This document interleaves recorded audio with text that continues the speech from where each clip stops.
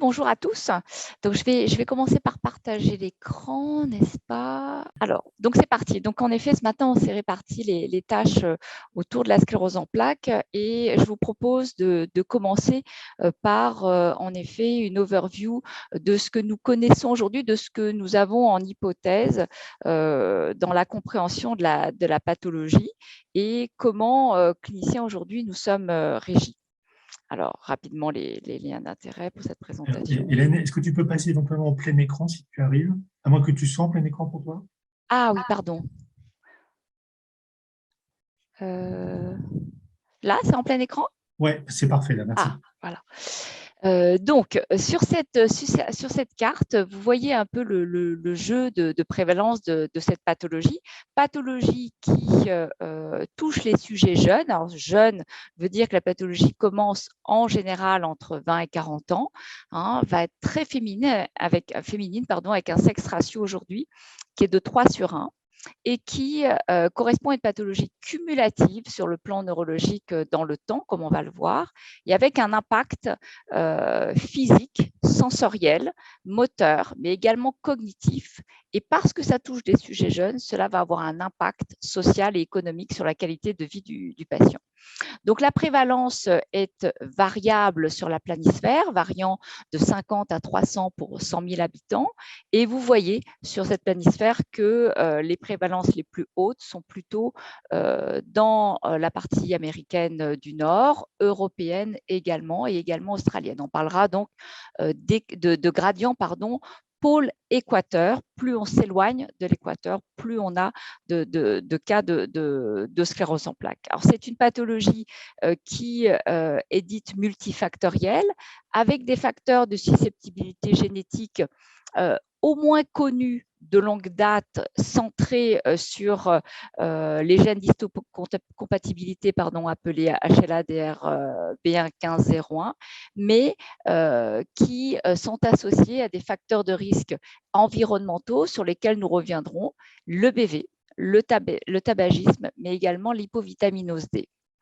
C'est une pathologie neurologique qui, sur le plan tissulaire, fait intervenir des acteurs de l'immunité innée comme adaptative, mais en aucun cas, cette pathologie dysimmune, et c'est un terme que reprendra probablement ou critiquera Lénard tout à l'heure, c'est une pathologie qui ne remet pas en cause cependant l'immunocompétence des patients, comme cela pourrait arriver dans d'autres maladies auto-immunes inflammatoires. Donc, dans les paramètres tissulaires, on verra intervenir l'immunité innée, donc associée à des paramètres plutôt non antigènes spécifiques, et de l'autre côté également des paramètres de l'immunité adaptative, donc plutôt antigènes spécifiques. L'ensemble permettant d'amorcer et ou pérenniser et chroniciser les dégâts tissulaires, neuro-inflammatoires, la perte myélinique, la perte des neurones et donc la baisse du capital neurologique. Alors, parmi les facteurs de risque environnementaux les plus robustes, il y a un paramètre qui a fait un peu le buzz en début d'année 2022, si vous vous rappelez, c'est le paramètre de l'exposition à l'Epstein-Barr virus. Alors, ce buzz en début d'année 2022 a été un buzz surtout populaire, mais cette exposition à l'EBV et le risque associé à la sclérose en plaques est une association qui est connue, en tout cas depuis près d'une vingtaine d'années. Mais le papier a été important dans le sens où il a apporté une pierre à peut-être la question de la causalité, mais ça reste aujourd'hui quelque chose qui n'est pas totalement compris. Cette étude était importante dans le sens où elle rassemblait l'étude sérologique de plusieurs dizaines de millions de sujets, essentiellement les sujets militaires, les GI américains. Donc, vous voyez, il y avait plusieurs dizaines de millions de sérums, de 10 millions de militaires qui sont prélevés donc à leur entrée dans l'armée et ensuite régulièrement pour leur suivi médical parce qu'ils sont dans différentes contrées de la planète et peuvent être exposés à différentes difficultés. Et bien sûr, vous voyez, sur ces 10 millions d'individus, il faut voir que plus de 95% de cette population de GI, de jeunes GI, étaient déjà exposés à l'EBV lorsqu'ils rentrent à l'armée. D'accord ? Et sur le suivi de plusieurs dizaines d'années, finalement, de ces 10 millions, on voit apparaître 950 dossiers de diagnostic de sclérose en plaques. Et c'est sur l'étude sérologique EBV qu'on s'aperçoit, bien sûr, et qu'on confirme le risque associé, qui associe donc l'incidence d'une sclérose en plaques et l'exposition à l'EBV, qui est de près de 26 par rapport à la population générale, donc un risque élevé, mais qui était déjà connu. Parmi ces 955 patients ayant une sclérose en plaques, développés au cours de leur suivi, en fait, il y avait 35 patients dont le profil sérologique à l'entrée dans l'armée était négatif. Et c'est sur cette population que le risque de séroconversion qui est associé à un risque de sclérose en plaques qui est compté à 32 fois supérieur à la population générale. Et c'est cet aspect de temporalité. Avant la sclérose en plaques, pas d'exposition. Après la sclérose en plaques, exposition sur ces 35 sujets, que ce risque de 32 a été mis en avant et qui a fait discuter la causalité. Par contre, bien sûr, il y a un contre-argument sur cette causalité qui est l'absence de réciprocité. C'est-à-dire que 95% de la population générale, plus de 95, est exposée à l'EBV. Il n'y a pas 95% de la population générale qui a une sclérose en plaques. Mais, bien sûr, cela fait discuter le fait que dans certaines conditions génétiques, environnementales, cette exposition pourrait être particulièrement clé. Et on pourra en rediscuter. L'autre facteur de risque robuste de la survenue de la maladie, mais pas seulement, qui est un facteur pronostique, c'est le tabagisme. Paramètres qu'on retrouve dans d'autres entités qui peuvent partager les mêmes paradigmes, tels que la maladie de Crohn. Donc, la sclérose en plaques, en dehors de tout paramètre vasculaire qui pourrait toucher le système nerveux central avec ce facteur tabagique qui est un facteur de risque vasculaire, en dehors de ce paramètre-là, le tabagisme en lui-même est un facteur de mauvais pronostic quand le patient continue à fumer alors que le diagnostic est posé. Donc, pour nous, ça nous permet d'ailleurs d'avoir un discours avec le patient lorsqu'on le suit. Mais c'est un facteur de risque de survenue aussi de la pathologie. Et j'ai encadré ici en rouge un paramètre qui est assez fort et qui n'est pas dépendant des paramètres socio-économiques, et qui est une étude chez l'enfant qui montre que l'exposition pendant l'enfance au tabagisme, donc le tabagisme passif pendant l'enfance, est associé à un risque de survenue de sclérose en plaques qui est multiplié par 2 dans cette population. Il y a un autre facteur, mais qui est moins robuste dans l'appréciation du risque de survenue de sclérose en plaques, c'est l'hypovitaminose D. Donc, en fait, tout est résumé un peu sur ce schéma, ici en haut à droite, établi par Chériot, qui montre en fait que l'absence d'hypovitaminose D serait plutôt protectrice de la survenue d'une sclérose en plaques. Il y a beaucoup de littérature sur ce sujet, avec des associations également statistiques entre le niveau d'hypovitaminose D et le niveau de handicap, mais aujourd'hui, aucune étude ayant tenté de supplémenter les patients en vitamine D ne permettent d'aboutir à un effet, en tout cas, de contrôle de la pathologie, en sachant qu'il s'agit d'études extrêmement difficiles, notamment dans le contrôle de l'exposition solaire et de l'alimentation. Il existe également d'autres paramètres reconnus qui peuvent être associés à un surrisque de la pathologie, qui est également l'obésité, notamment chez la jeune femme et à l'adolescence et l'âge jeune adulte. Alors, tout à l'heure, nous avons parlé de susceptibilité. De ce côté-là, qu'est-ce qu'on retiendra? C'est que lorsque vous avez une sclérose en plaques, le frère jumeau homozygote a 20 fois plus de risque par rapport au reste de la population générale de développer la pathologie. Plus vous vous éloignez du propositus ayant une sclérose en plaques, plus ce risque va diminuer. Alors, pour ce qui est de cette susceptibilité génétique que l'on observe, elle est portée, on l'a dit au tout début, en partie sur des gènes d'histocompatibilité, mais les études pangénomiques, c'est GWAS que vous connaissez, sont des analyses de nombreuses variations génétiques de nombreux individus et qui se concentrent sur ce qu'on appelle des polymorphismes génétiques et certaines maladies, comme ici la sclérose en plaques. Ces études ont ainsi permis chez nos patients de retrouver, vous voyez, 233 polymorphismes génétiques d'intérêt et dont une trentaine sont en lien avec le HLA, comme on a dit tout à l'heure, mais surtout, il y a 200 polymorphismes qui sont en lien avec des gènes qui interviennent en fait dans la réponse immunitaire et notamment dans sa régulation. On met ainsi en évidence le rôle clé du système immunitaire dans la physiopathologie de la sclérose en plaques et vraisemblablement, possiblement dans ces mécanismes initiateurs, mais aussi probablement de chronicisation.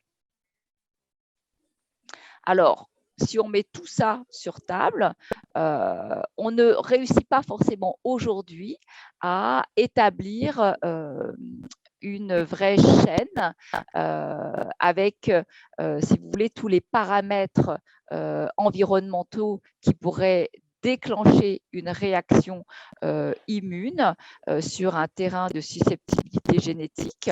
Aujourd'hui, ces données sur le BV dont on a parlé ne sont pas associées en tout cas à la présence confirmée d'infections latentes dans le système nerveux central associées à l'EBV, mais fait discuter potentiellement des mécanismes d'autoréactivité B qui ne seraient pas bien régulés.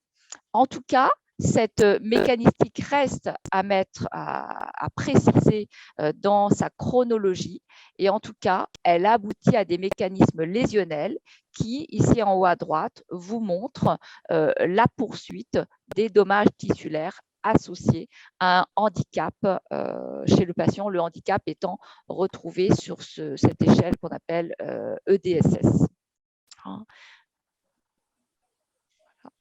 Alors, si on s'approche des paramètres aujourd'hui tissulaires, puisqu'on a vu les paramètres macroscopiques, cliniques et des facteurs de risque, Lénard vous précisera probablement l'action connue des différentes cellules mises en jeu sur la scène inflammatoire lorsqu'on regarde le tissu. On voit bien sûr des plages de démyélinisation, la myéline étant visualisée ici par le bleu Luxol.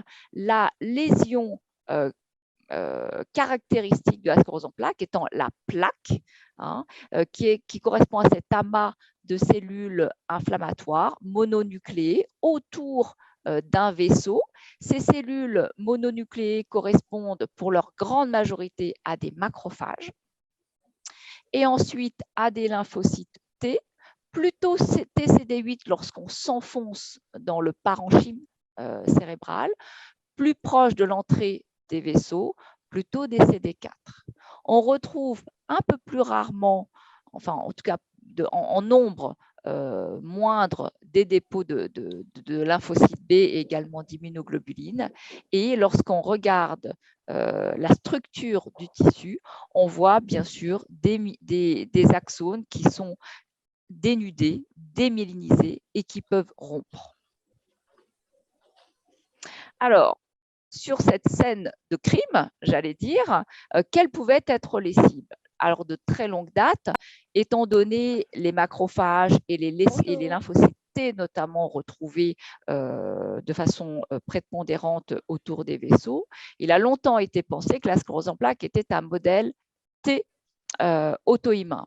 Ce qui est en plus associé à des transferts adoptifs dans les modèles animaux, des transferts adoptifs de CD4 qui peuvent déclencher une pathologie expérimentale, recréant ce que l'on voit sur le tissu humain, c'est-à-dire des plages inflammatoires, des plaques et, en fonction de certains modèles, de la démyélinisation.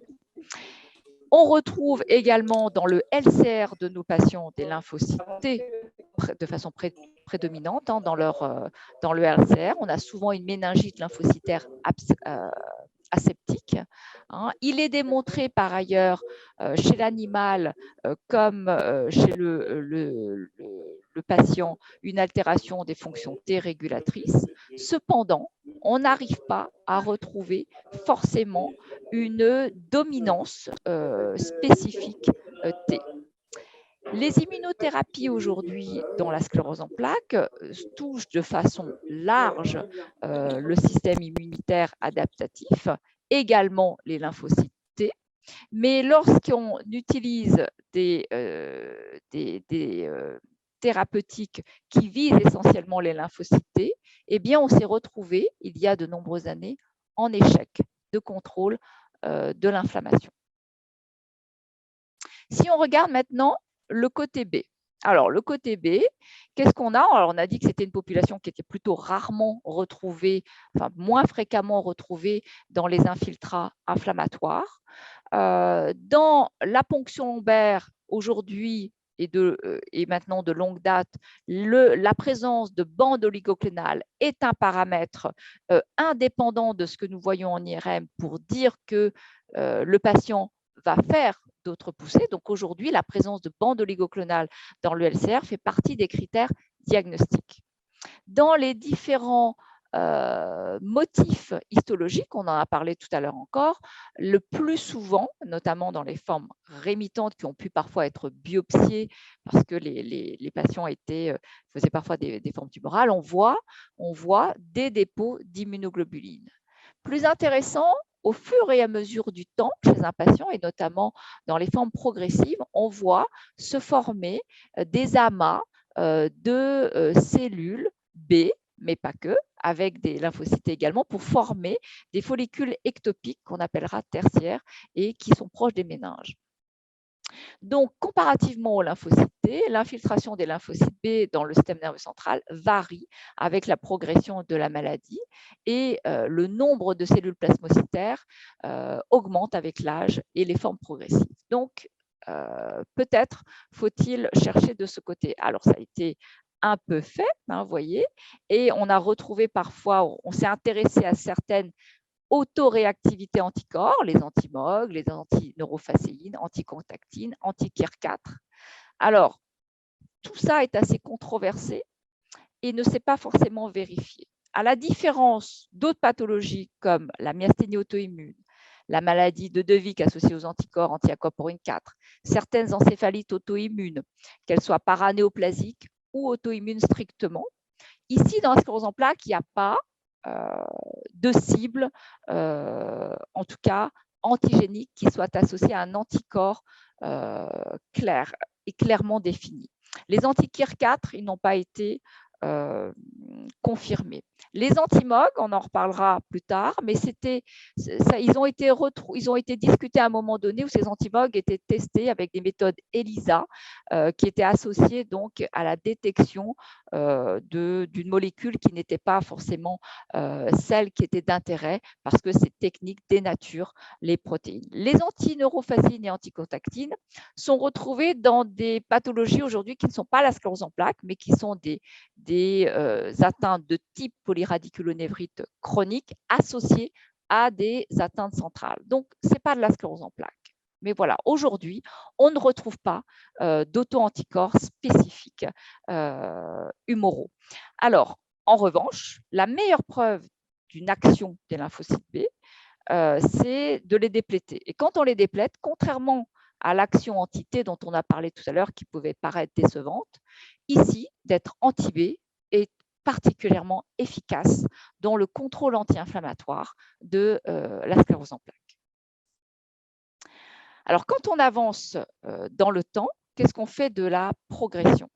Alors, quand on avance dans le temps, eh bien, on voit que les lésions ne sont plus seulement focales, elles sont associées à une infiltration intraparenchymateuse diffuse, le plus souvent microgliale, hein, donc avec un intérêt aujourd'hui porté sur cette immunité innée dont l'action dans la sclérose en plaques n'est pas encore bien comprise. En tout cas, elle agirait derrière une barrière hémato-encéphalique qui serait fermée, contrairement à la plaque inflammatoire qu'on a décrit précédemment. Et cette activation microgliale est associée à ces dommages tissulaires diffus et qui pourraient s'étendre à l'ensemble du parenchyme en substance blanche, comme dans le cortex, avec également une démyélisation du cortex et également de ce que l'on voit dans les noyaux gris, puisqu'il y a également de la myéline dans ces substances. Alors ici, pour vous illustrer un petit peu comment on peut voir de façon macroscopique et sans prendre du cerveau au patient ce qu'on vient de raconter. Alors ça, c'est l'IRM 7 Tesla.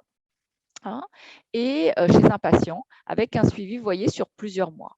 Alors, on va d'abord regarder cette lésion B ici. Hein. Donc, vous avez ici un T1 GADO, des méthodes de susceptibilité. Alors, on voit que cette lésion B ici, c'est une lésion la plus classique qu'on ait dans une sclérose en plaques et sur une IRM, c'est-à-dire une lésion avec une rupture de la barrière hémato-encéphalique avec une prise de gadolinium. Cette lésion, c'est une plaque. Elle est centrée par une veine que vous voyez ici. Là, elle n'existait pas, hein, ici, et elle apparaît.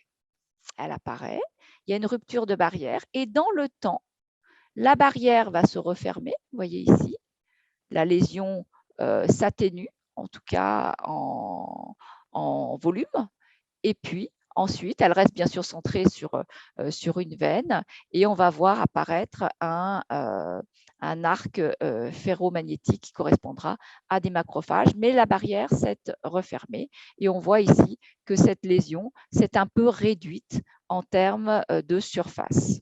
Quand vous regardez la lésion A, alors elle existait déjà, cette lésion A, chez le même patient, elle est vénocentrée, donc ça ressemble à une plaque.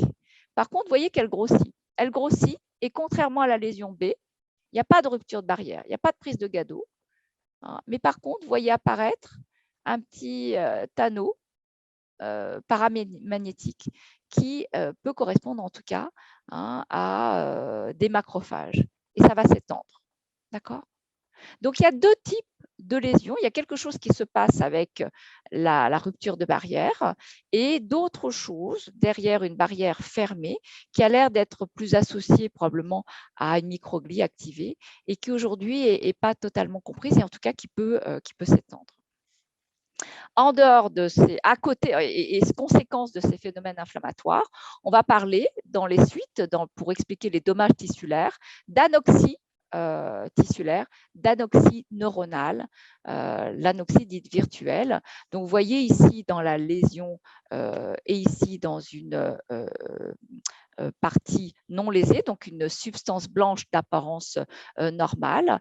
Vous voyez la différence entre ces organites. Vous voyez qu'ici, dans la lésion inflammatoire et démisante, les mitochondries sont déstructurées avec des images d'oxydation lipidique et des débris mitochondriaux pour aboutir à cette anoxie tissulaire et probablement s'associer aux dégâts neuronaux et donc au handicap à long terme. Donc ainsi, on peut rassembler pour expliquer la clinique de nos patients, à savoir des phénomènes inflammatoires qui sont finalement assez rares sur le plan clinique, plus rares que l'accumulation continue et chronique des lésions qui aboutit au handicap.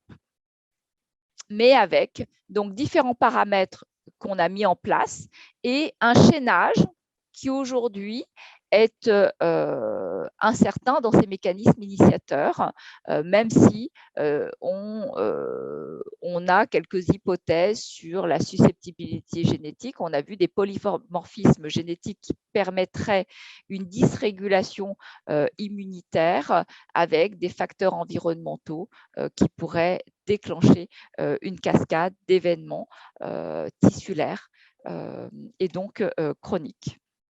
Alors, si on revient un peu sur notre prise en charge, en tout cas, tout ce que je viens de vous dire est quelque chose qui est approché de longue date sur nos imageries. Il faut voir que dans la sclérose en plaques, l'IRM, c'est ce qui nous permet à nous, cliniciens, d'approcher de façon non invasive le patient et d'approcher son activité inflammatoire.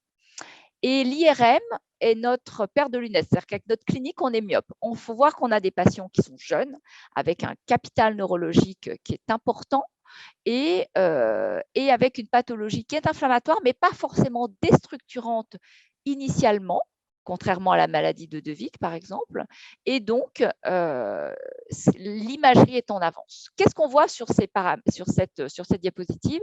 Eh bien, ce sont des données qui sont très anciennes, mais qui vous montre, et notamment c'est ce schéma-là en bas à gauche, voyez là, ce que je vous montre ici en vert pâle ou bleu pâle, c'est les patients qui deviennent secondairement progressifs dans la pathologie. Eh bien, ces patients qui deviennent secondairement progressifs au-delà de 14 ans, ce sont les patients qui ont, voyez, entre 0 et 5 ans, cumulé énormément de lésions, beaucoup plus que les autres patients sur les autres lignes, bleues et vertes, qui, au-delà de 14 ans, ont un score EDSS moindre, sont souvent moins passés vite à une phase secondairement progressive et qui, en fait, ont beaucoup moins cumulé au début de leur maladie les traitements. Donc, c'est vrai que le suivi des patients en début de pathologie, et notamment l'accumulation des lésions inflammatoires, est aujourd'hui un des paramètres pronostiques pour le long terme.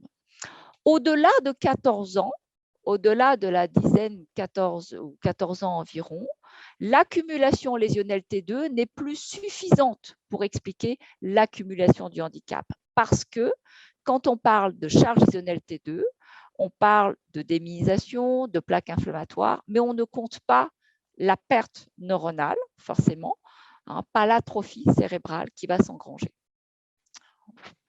Et ce qui nous régit aujourd'hui et qui est lié à tous ces paramètres, c'est ce que vous voyez ici à droite. Là, ici, c'est le score du handicap. Là, c'est les années de suivi par rapport au début de la maladie.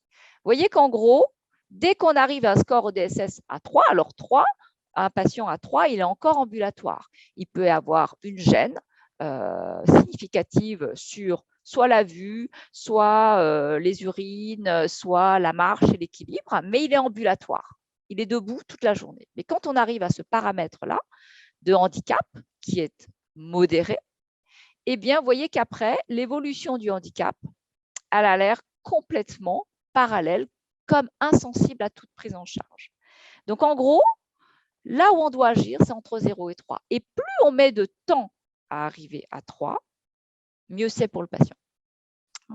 Donc, traiter tôt est impératif, d'où notre réactivité aujourd'hui en termes de prise en charge et d'où notre surveillance en IRM. Aujourd'hui, l'IRM bouge, il faut qu'on se pose des questions quant à notre stratégie thérapeutique.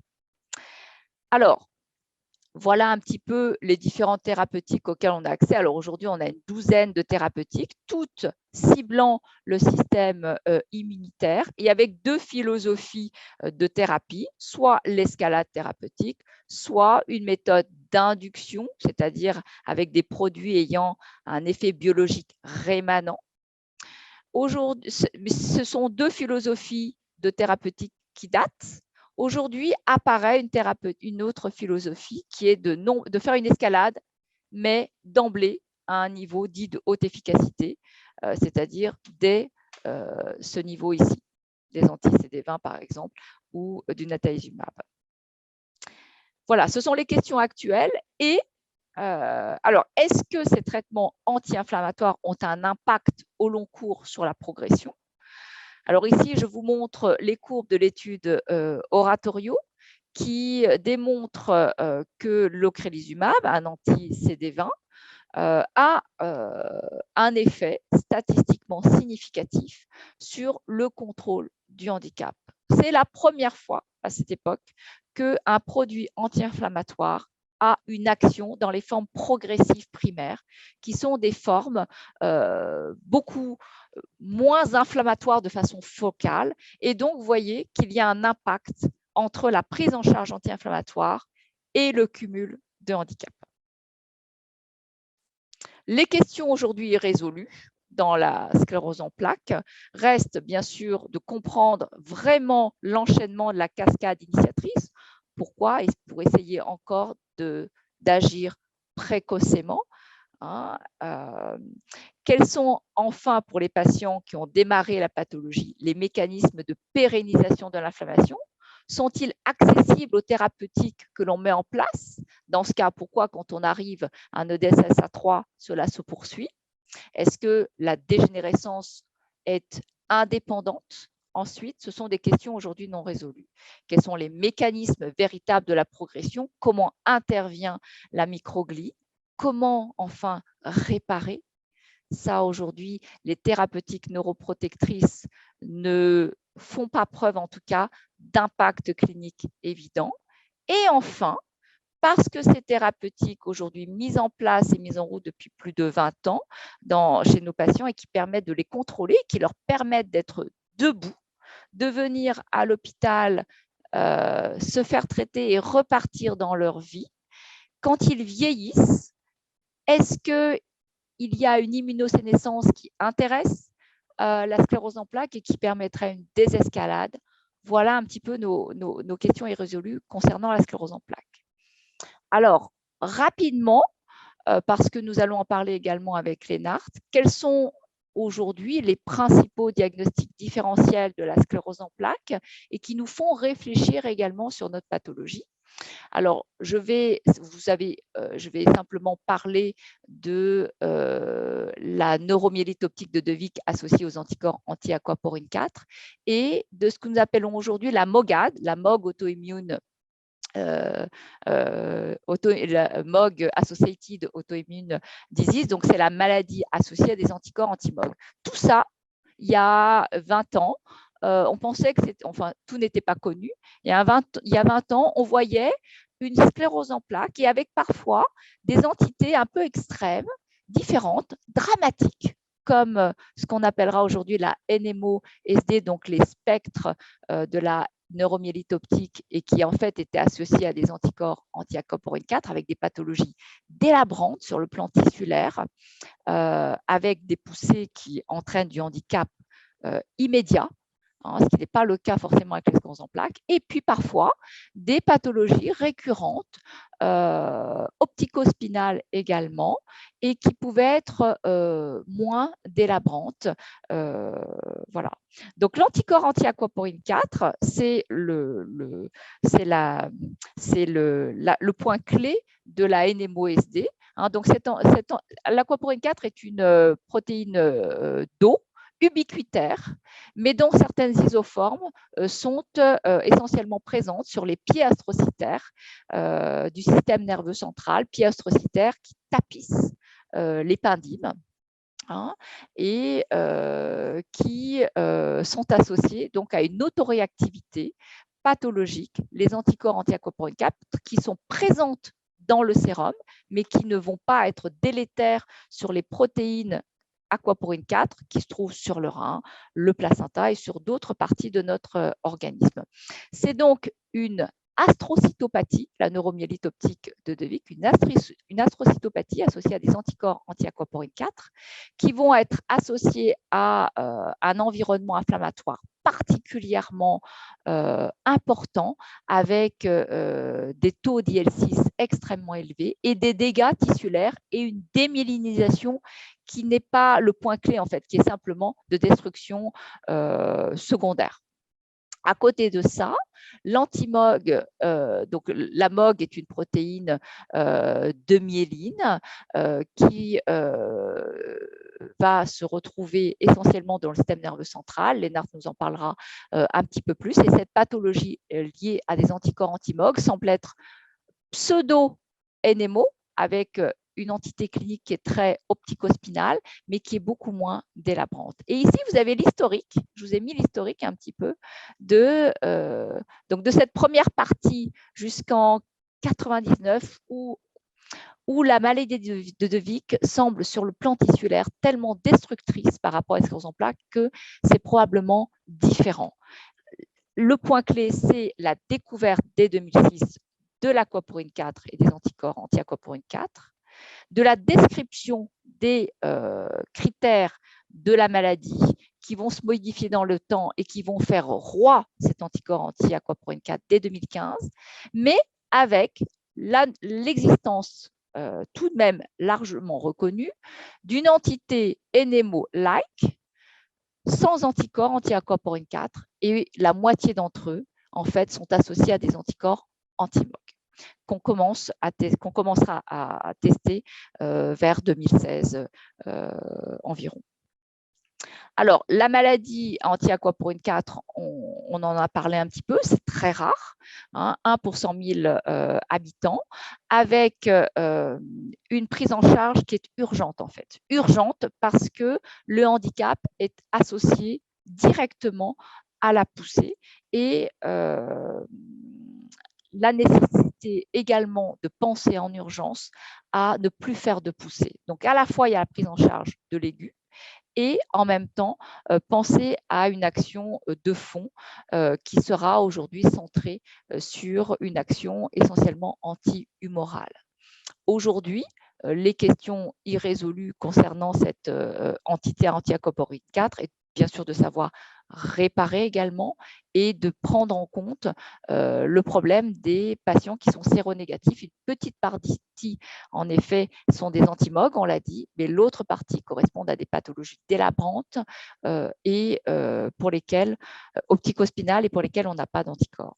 Les stratégies de traitement sont à voir encore aujourd'hui, en sachant que le grand progrès de cette pathologie rare sur les 15 dernières années est d'avoir réussi à mobiliser les communautés internationales pour faire des essais thérapeutiques. Et aujourd'hui, on arrive à quelques AMM.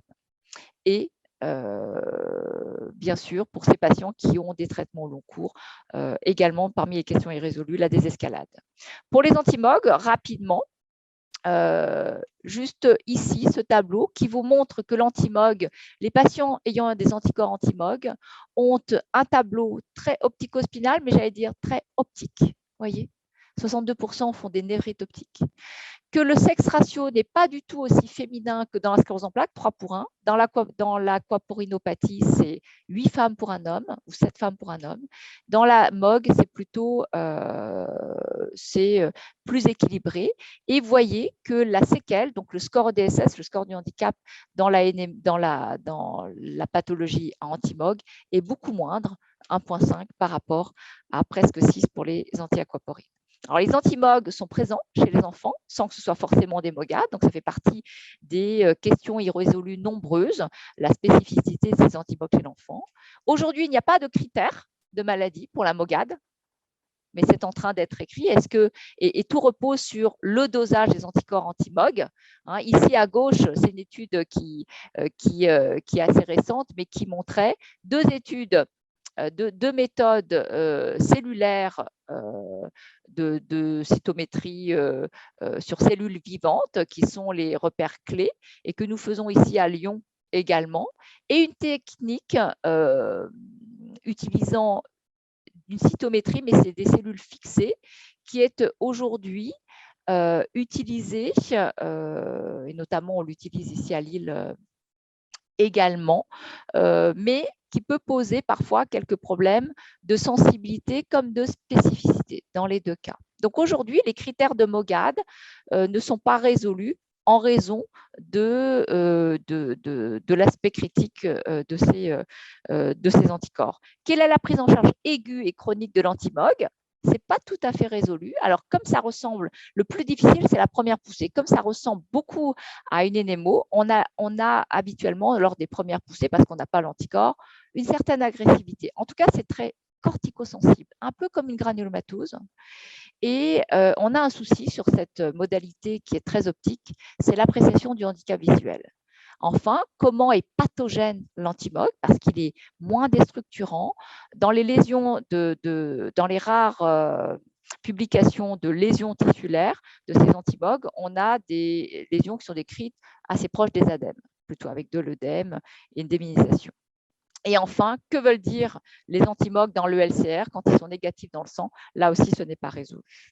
Donc voilà un petit peu les 3 entités de ces pathologies neuro-inflammatoires sur lesquelles nous sommes centrés, avec une entité qui est distincte, la sclérose en plaques, la NMOSD qui est assez distincte, et en tout cas qui est distincte de la sclérose en plaques, et puis le spectre de la MOGAD que j'ai fait un petit peu en chevauchement avec la NMOSD parce qu'il y a une partie de ces NMOSD, vous l'avez compris, qui est séronégative et qui pourtant peut être et qui reste optico-spinale. Voilà, je vous remercie pour votre attention.